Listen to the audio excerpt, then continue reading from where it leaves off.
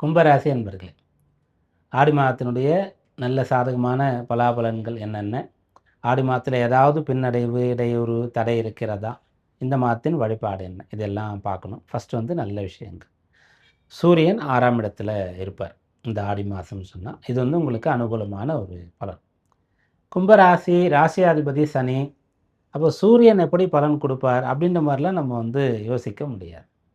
நெறைய விஷயங்கள் இந்த ஜோதிடத்தில இருக்கிறது.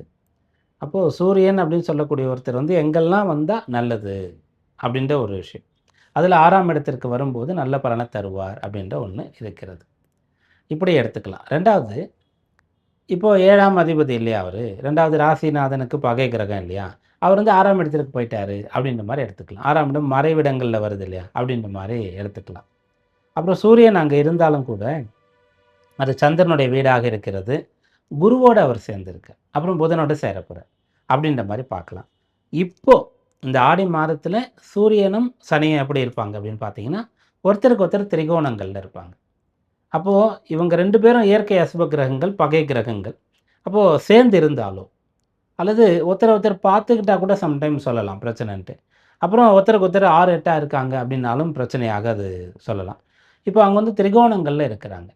அதனாலேயும் கூட உங்களுக்கு நல்லது செய்வார்ன்னு எடுத்துக்கலாம். அப்போ நெறைய வழிகள்ல நம்ம ஆராய்ந்து பார்க்கும்போது, இந்த மாதத்தில சூரியன் உங்களுக்கு நன்மை செய்வார்.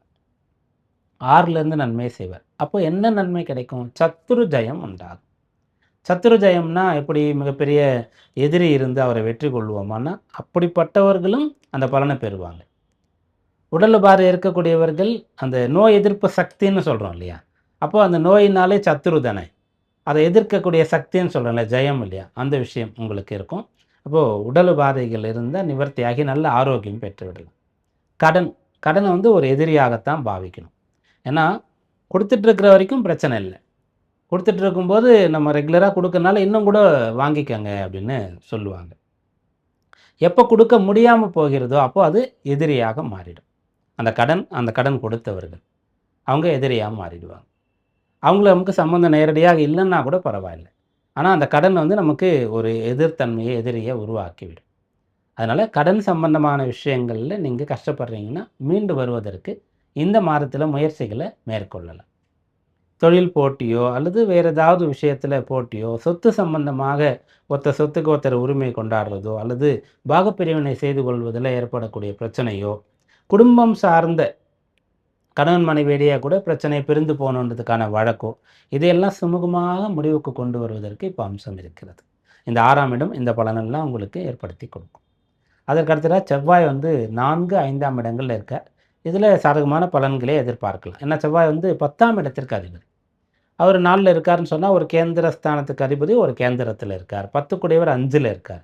அப்படின்னு சொல்லி 4, 5ல செவ்வாய் இருக்கிறது, நீங்க உங்க வேலையில நெறைய டைம் போட்டு உழைக்கும்போது பலன் கிடைக்கும்னு நம்பி நீங்க செய்யலாம். வேலை தேடக்கூடியவர்களுக்கு இப்போ உங்களுடைய அந்த ஒரு சுபாவம், நீங்க பேசுறது, நடந்துக்கிறதெல்லாம் வந்து ரொம்ப போல்டா, ரொம்ப ஹானஸ்ட்டா, ரொம்ப தைரியமா இருக்கிற மாரி இருக்கும். அதனால உங்கள பிடிச்சு போய் வேலை குடுப்பாங்க. அப்படின்ற மாரி இந்த பலன எடுத்துக்கலாம். சுக்கிரன் வந்து 7, 8ல இருக்கார். 7ல சுக்கிரன் இருந்தாலே வந்து கலத்திரக்காரகன் கலத்திர ஸ்தானத்தில இருக்காருன்னு சொல்லுவோம். அதில கேதுவோட வேற சேர்ந்துட்டார். அப்புறம் 8ஆம் இடத்திற்கு வரும்போது சுக்கிரன் 8க்கு போகக்கூடாது. அவர் ஒரு சுப கிரகம். அவர் வந்து அஷ்டமத்தில மறையக்கூடாதுன்னு சொல்லுவோம். இப்ப மறைஞ்சு நீச்சம் வேற ஆயிடுறார். சுக்கிர பலம் இல்ல. அவர் தான் சுக பாக்கியாதிபதி. அவர் தான் ஒரு அம்மா, அப்பாவ போல. ஒரு குழந்தைக்கு தாய், தந்தைய போல இந்த கும்பராசிக்கு சுக்கிரன் இருக்கக்கூடியவர்.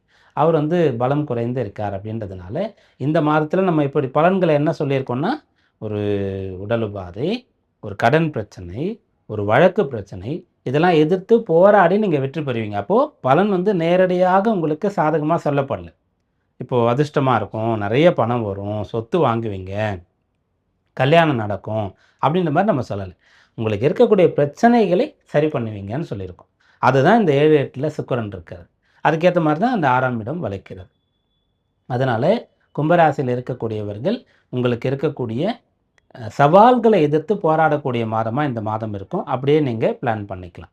அதே மாதிரி சொகுசு விஷயங்கள், ரொம்ப சௌகரியமா இருக்கக்கூடியது, கம்ஃபர்ட் ஜோன்ல இருக்கக்கூடியது, குறைந்த உழைப்பிற்கு, குறைந்த முதலீட்டிற்கு அதிக ரிட்டர்ன்ஸ் வர்றது, அதெல்லாம் உங்கள பிரச்சனையில இழுக்கிறதுக்கான வழியா இருக்கும். அத தவிர்த்து அந்த செவ்வாய் 10ஆம் அதிபதி 10 பார்க்குறாரா, 4லேருந்து அப்புறம் 5ஆம் இடத்திற்கு வராரா, அப்போ முழுக்க முழுக்க நம்ம வேலை, நம்முடைய பிரச்சனைகளை தீர்க்கறதுக்கு என்ன வழி? அப்படியாக நீங்க இந்த மாதத்தில இயங்குனீங்க அப்படின்னு சொன்னா, இந்த மாதம் சாதகமா இருக்கும். இந்த ஆடி மாதத்தில வரக்கூடிய விசேஷங்கள்ல ஆடி கிருத்திகை நாள் உங்களுக்கு அனுகூலமான நாளா இருக்கும். ஏன்னா, அந்த சூரியன் 6ல இருக்கார். அப்புறம் ஆடி 18 ஆடி பெருக்குன்னு சொல்லுவோம். அதில இது போல முக்கியமான பிரச்சனைகளை தீர்க்கறதுக்கான விஷயங்கள நீங்க ஆரம்பிச்சா, அதில ஜெயம் பெற முடியும்.